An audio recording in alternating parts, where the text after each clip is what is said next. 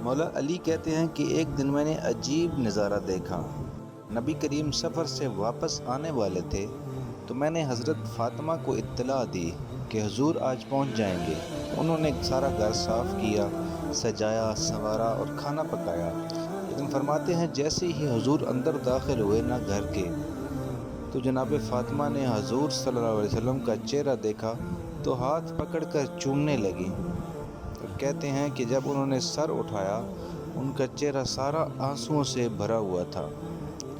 رسول کریم نے بیٹی کے سر پر ہاتھ رکھا، بٹھا لیا، فرمایا فاطمہ بیٹے رونے والی تو کوئی بات نہیں تھی، کیوں رو پڑی؟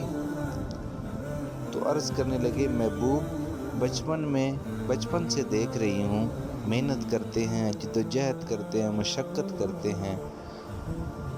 یا رسول اللہ آج آپ آئے ہیں تو آپ کے چہرے پر تھکاوٹ کے آثار ہیں، حضور صلی اللہ علیہ وسلم وجود تھکا ہوا ہے۔ یا رسول اللہ میں نے ساری زندگی آپ کو کام کرتے دیکھا ہے۔